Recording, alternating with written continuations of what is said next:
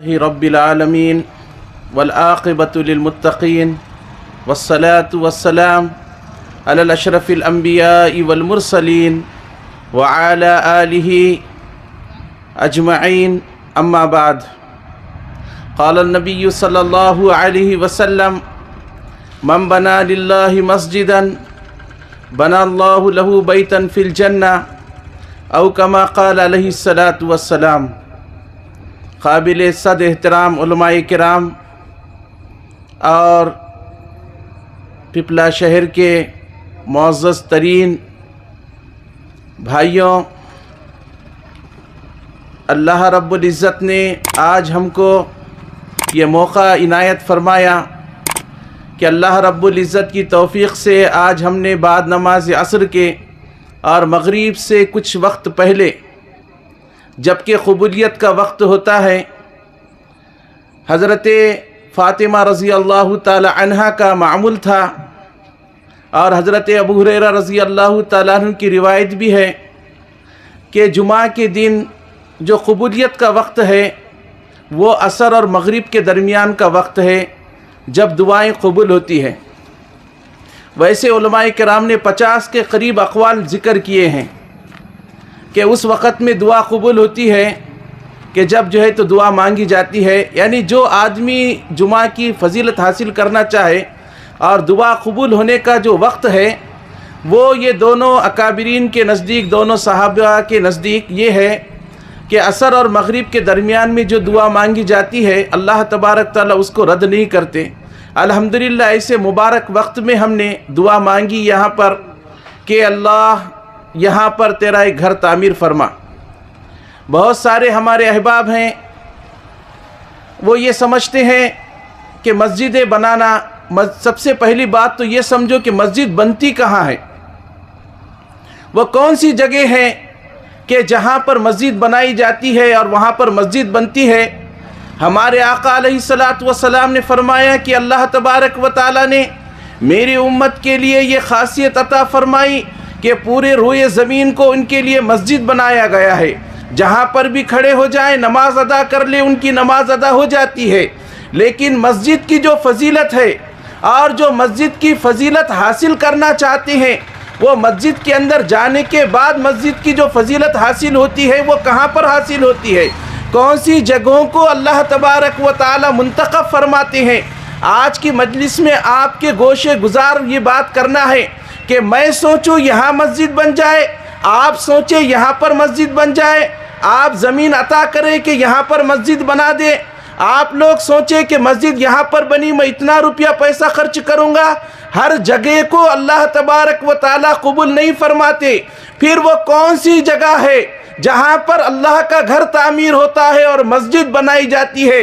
روایتوں کے اندر ہے حضرت ابراہیم علیہ السلام سے اللہ تبارک و تعالیٰ نے اپنے گھر کا کام لیا، اور یہ آپ سمجھ لیں کہ روئے زمین پر کوئی چیز اس وقت نہیں تھی جب اللہ تبارک و تعالیٰ نے ایک پانی کے بلبلے کی شکل میں ایک جگہ کو وجود عطا فرمایا، اور وہ خانہ کعبہ کی جگہ ہے۔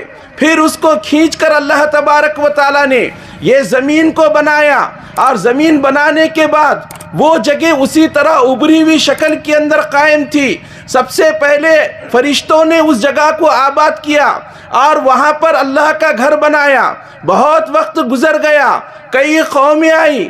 البدایہ والنہایہ کے اندر لکھا ہے کہ اللہ تبارک و تعالیٰ نے انسانوں سے پہلے جنات کو اور جنات سے پہلے بھی بہت ساری مخلوقات کو اللہ تبارک و تعالیٰ نے اس دنیا کے اندر بھیجا ہے۔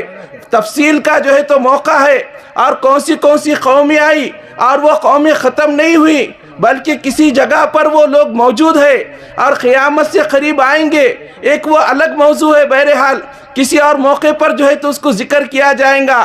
ابھی بتانے کا مقصد یہ ہے کہ حضرت اللہ تبارک و تعالیٰ نے فرشتوں کے ذریعے سے سب سے پہلے اس گھر کو بنایا، خانہ کعبہ کو بنایا۔ اس کے بعد ایک وقت گزر گیا اور بہت لمبا عرصہ گزر گیا۔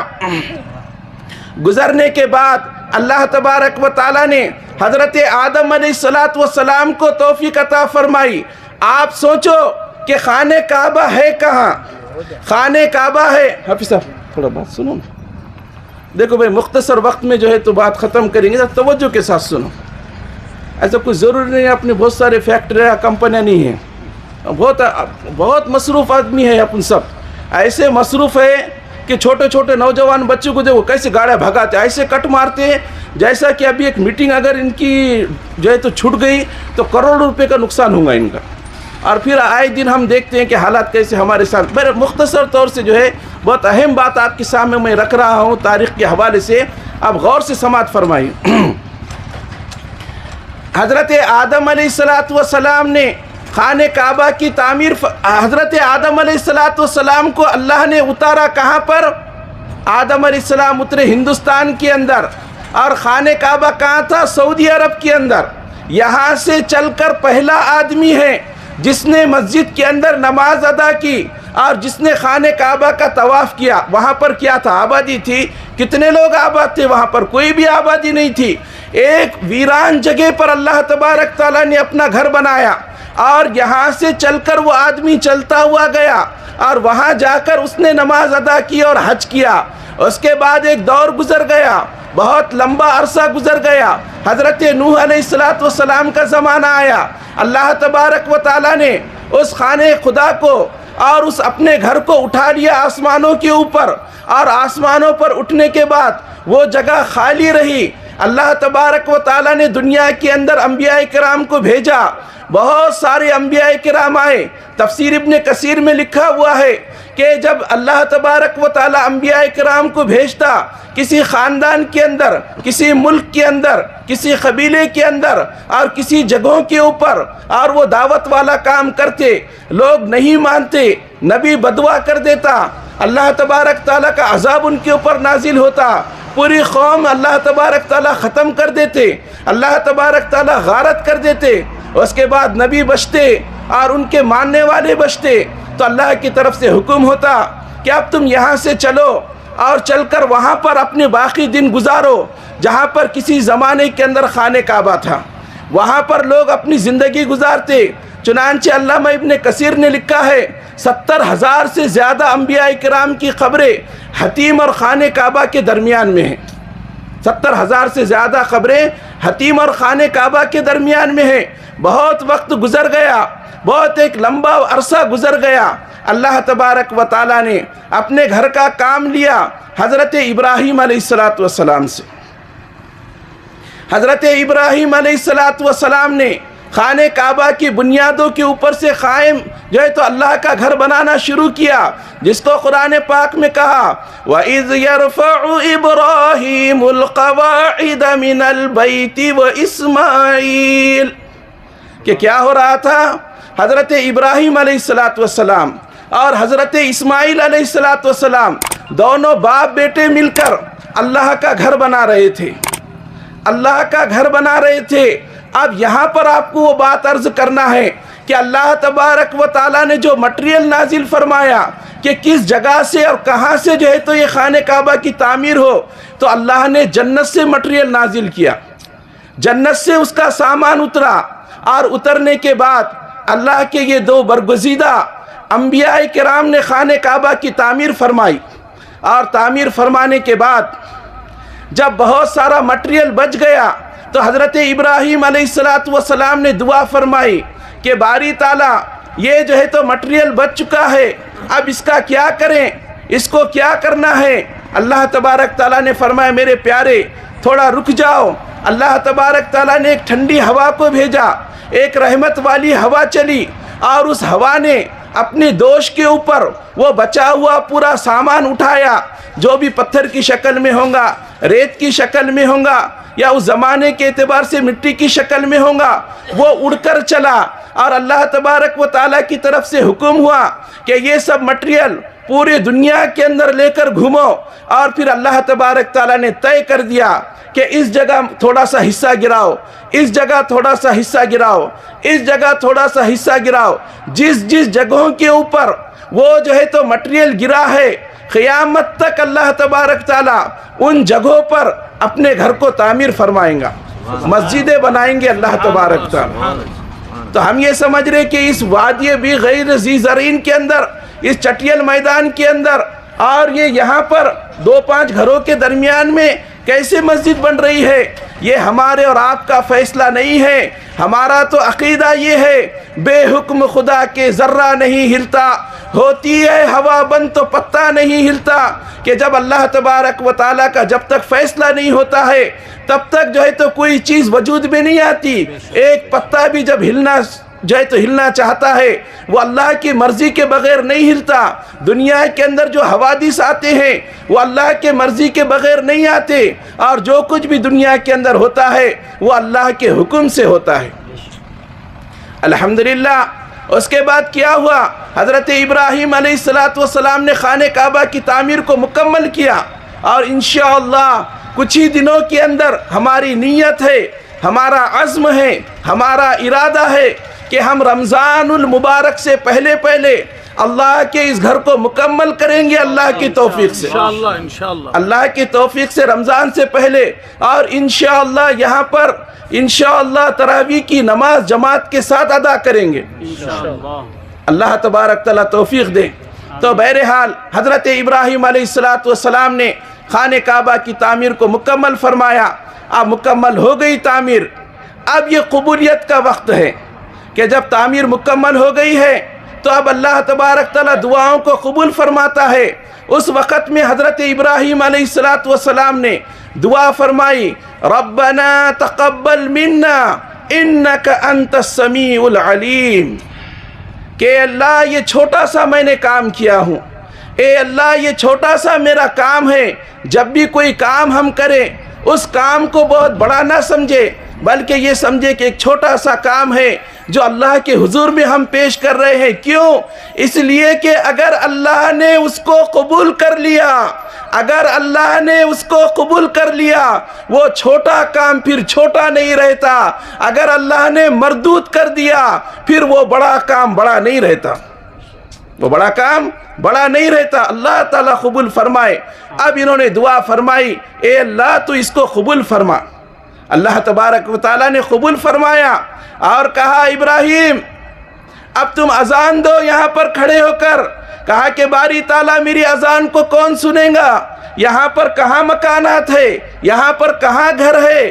کہاں پر یہاں پر آبادی ہے؟ کہا کہ ابراہیم تمہارا کام اذان دینا ہے اور بات کا پہنچانا ہمارا کام ہے. پھر حضرت ابراہیم علیہ السلام نے اذان دی اس وقت میں اور لوگوں کو اللہ کے گھر کی طرف بلایا. تو اللہ تعالیٰ نے ان کی آواز کو جتنے روئے زمین کے اوپر جتنے لوگ تھے سب کو اس وقت میں سنایا، یہاں تک کہ عرش کے اوپر اور یہاں تک کہ عالم ارواح کے اندر بھی وہ آواز پہنچی. اور عالم ارواح کے اندر جتنی روحیں تھی سب نے اس آواز کو سنا اور لبیک کہا. جن لوگوں نے لبیک کہا اللہ تبارک و تعالیٰ ان سب کو اپنے گھر کی سعادت، اپنے گھر کی حاضری کی سعادت عطا فرماتے. اور جو لوگ آواز سننے کے بعد بھی نہیں رکے، آواز کہا گیا رکیے مغرب کی نماز انشاءاللہ جماعت سے ہوں گی، نہیں ہم اب بھی آتے ہیں. اور بہت سارے لوگوں کو بلایا گیا کہ آئیے اللہ کا گھر یہاں پر بن رہا ہے، لیکن نہیں آئے، رکے رہے. اللہ تبارک تعالیٰ ان کو بھی روک دیا اور وہ نہیں آ سکے.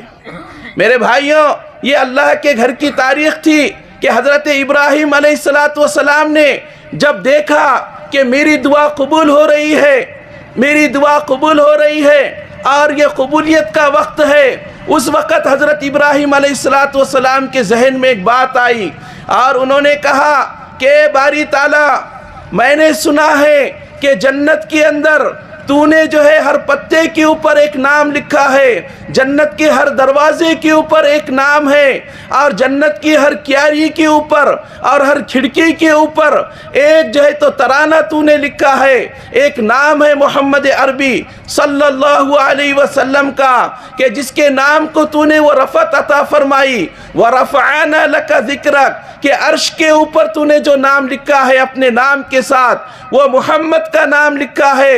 اے باری تعالیٰ میں نے یہ سنا ہے کہ تو انسانوں کے اندر اس کو مبعوث کرنے والا ہے، انسانوں کے اندر تو بھیجنے والا ہے۔ اے باری تعالیٰ جب وہ دنیا کے اندر آئیں گا، کوئی تو اس کا بابا ہوگا، کوئی تو اس کا دادا ہوگا، کوئی تو اس کی ماں ہوگی، کوئی تو اس کی نانی ہوگی، کوئی تو اس کا نانا ہوگا۔ اے باری تعالیٰ میں تجھ سے دعا کرتا ہوں، ربنا وابعث فیہم رسولا منہم یتلو علیہم آیاتک۔ اے باری تعالیٰ وہ عظیم الشان شخصیت کہ جس کے نام کے ساتھ آپ نے اپنے نام کو لکھا ہے، اور حوروں کے ہونٹوں کے اوپر جس کے ترانے ہیں، اور دنیا کے لوگ جس کی خوبیوں کے گن گاتے ہیں، اور کوئی جو ہے تو دنیا کے اندر ایسی چیز نہیں ہے جو اس حبیب کا نام نہ لیتی ہو، جس کے صدقے میں آپ نے یہ آسمان بنایا، یہ زمین بنائی، یہ کہکشاں بنائی، یہ سورج بنایا، یہ چاند بنایا، یہ سب کچھ ہے باری تعالیٰ آپ نے جس کے صدقے میں بنایا ہے۔ میری ایک آرزو ہے، میری ایک گزارش ہے، میری ایک ریکویسٹ آپ سے یہ ہے کہ باری تعالیٰ جب وہ دنیا میں آئے تو اس کو میری اولاد میں پیدا فرما۔ حضرت ابراہیم علیہ السلام نے جب محمد صلی اللہ علیہ وسلم کا، آپ لوگ حج کو گئے ہوں گے یا عمرے کو گئے ہوں گے، آپ نے وہاں پر ایک پتھر دیکھا ہوگا جس کو کہتے ہیں مقام ابراہیم، جس کو کہتے ہیں مقام ابراہیم۔ اگر قریب سے دیکھے ہوں گے اس میں 2 پاؤں کے نشان بنے ہوئے ہیں۔ وہ پاؤں کے نشان لوگ کہتے ہیں کہ خانہ کعبہ کی تعمیر کرتے کرتے بنے، نہیں، بلکہ اگر اس طرح ہوتا تو جو ہے تو پاؤں ٹیڑھے میڑھے ہو جاتے، کبھی اس طرح ہو جاتا، کبھی اس طرح ہو جاتا، لیکن آپ نے دیکھا ہوگا کہ ایک دم سیدھے ہیں۔ اس کی وجہ یہ ہے کہ وہ پتھر نرم کب ہوا؟ جب اس نے سنا نام محمد کو تو وہ پتھر بھی جو ہے تو نرم ہوا۔ آج ہم کیسے سنگ دل انسان ہے کہ نام محمد ہمارے کان میں جاتا ہے اور مؤذن کہتا ہے اشہد ان محمد رسول اللہ، لیکن ہمارے دل نرم نہیں ہوتے۔ ہمارے سامنے رسول اللہ صلی اللہ علیہ وسلم کی سنتوں کو بیان کیا جاتا، ہمارے دل نرم نہیں ہوتے۔ ہمارے سامنے رسول اللہ صلی اللہ علیہ وسلم کی تعریف کی جاتی ہے، ہمارے دل نرم نہیں ہوتے۔ وہ پتھر نرم ہوا اور اللہ تبارک و تعالیٰ نے، اللہ کے حبیب جناب محمد رسول اللہ صلی اللہ علیہ وسلم نے جب مکہ فتح کیا، اس وقت میں جتنے بت تھے اور جتنے پتھر تھے اور جتنی تصاویر تھی، سب کو نکال کر پھینکنے کا حکم ہوا۔ کوئی حبل کو بھی توڑ دیا گیا، لات اور عزا کی بھی بے عزتی کر کے اس کو اس خانے خدا سے نکالا گیا، اور یہاں تک کہ بہت سارے بتوں کو 360 بتوں کو نکالا گیا۔ لیکن جب وہ پتھر نکالنے کی باری آئی جس کو مقام ابراہیم کہا جاتا ہے، تو اللہ تبارک تعالیٰ نے فرمایا کہ نہیں میرے پیارے، اس پتھر کو باقی رکھنا۔ اس کی 2 وجہ ہیں، اس پتھر کو نہیں نکالنا۔ اس کی 2 وجہ ہیں، ایک تو یہ کہ جب اس نے تیرے نام کو سنا اس کا دل نرم ہو گیا، اور اس کے حضرت ابراہیم کے پاؤں کے نشان اس کے چھاتی کے اوپر پڑ گئے۔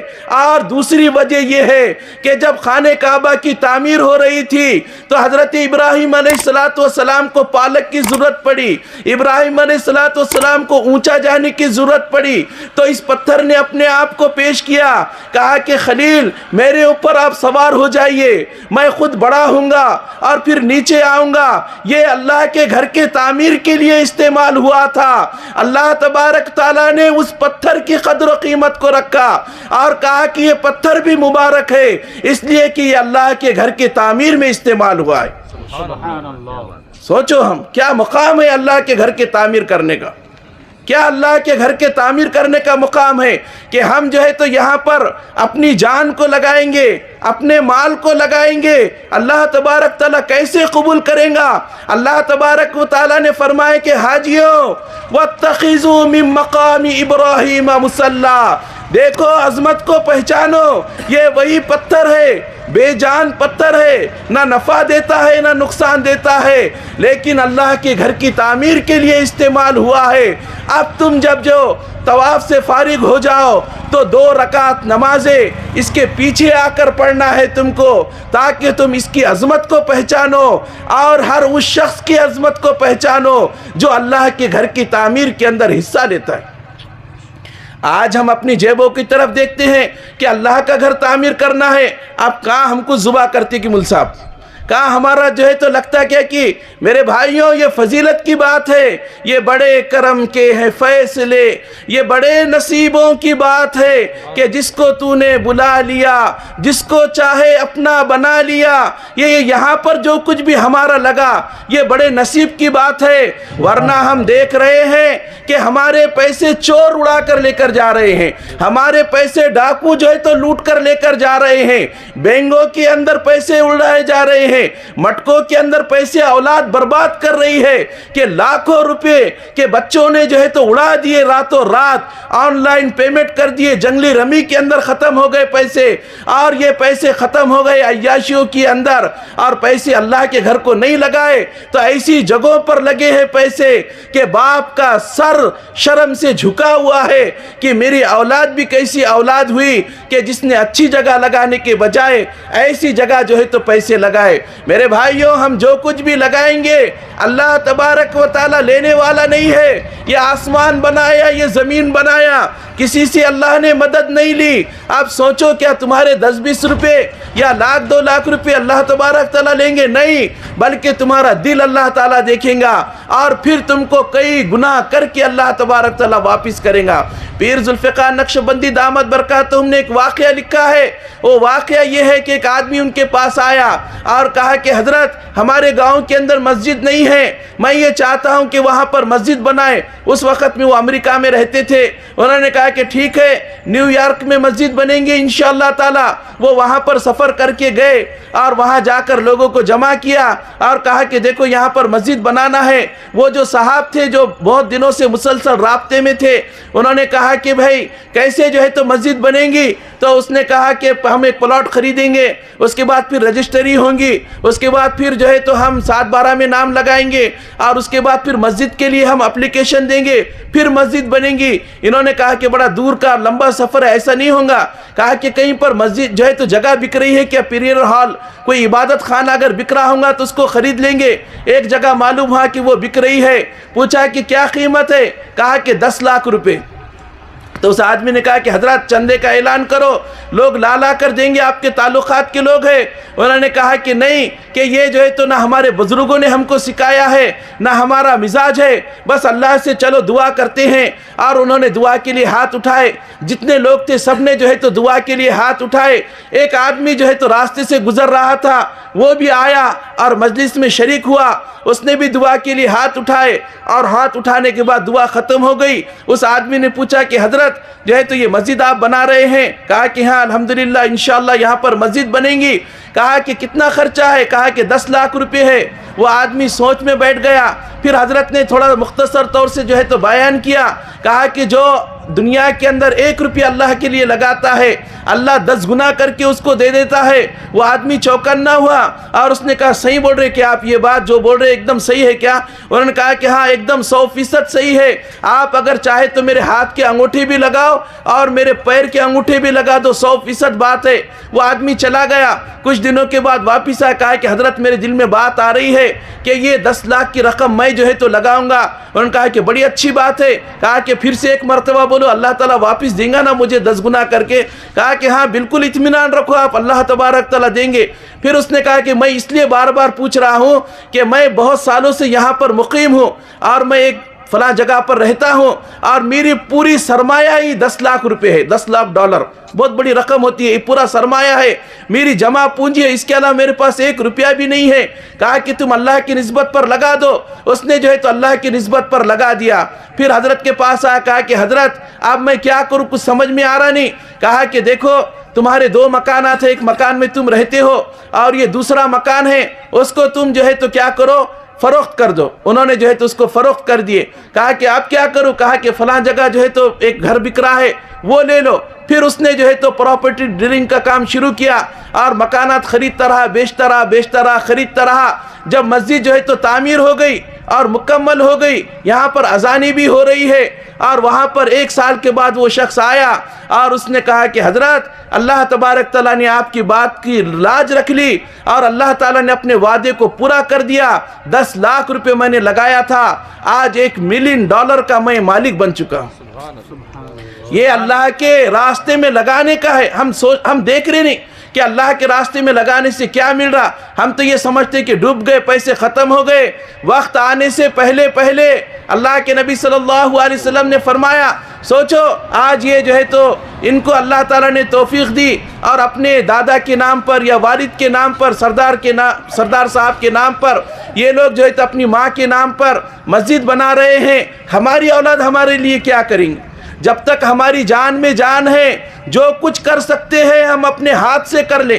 جو کچھ بھی کر سکتے ہیں ہم جو ہے تو اپنے ہاتھ سے کر لے, ورنہ اولاد کے بھروسے کے اوپر اگر رہیں گے تو قبر میں ترستے رہ جائیں گے ہم. ایک نیکی جو ہے تو ہمارے قبر کے اندر آنے والی نہیں, کہ جیسی جو ہے تو انسان مر جاتا ہے تو فوراً جو ہے تو سب جو ہے تو بدل جاتے ہیں. سوچو میت کے بارے میں کون روتا ہے؟ میت کے بارے میں کوئی روتا ہے کیا کہ بھئی میت ہو گئی کہ اب ان کا کیسا ہوں گا, قبر میں کیسا ہوں گا؟ کوئی نہیں بولتا. یہ بیٹے کا کیسا ہوں گا, اس کا کیسا ہوں گا. ایک لطیفہ یاد آیا, ایک آدمی کا انتقال ہو گیا. اب بوڑھی عورت رونے لگی کہ گھر میں انتقال ہو گیا, اب کیا کرنا. وہ صبح رونے کی آواز آ گئی. ایک نوجوان بچہ بھاگتے ہو گیا. سب لوگ کیا ہوا دادی کیوں رو رہے؟ کہا کہ بیٹے یہ تیرے دادا کا گھوڑا تھا, اب اس پہ کون بیٹھیں گا؟ انہوں نے بولا دادی میں ہوں نا بیٹھنے کو, لے کے چلے گا گھوڑا. پھر دوسرے دن بڈھی اور رو رہی.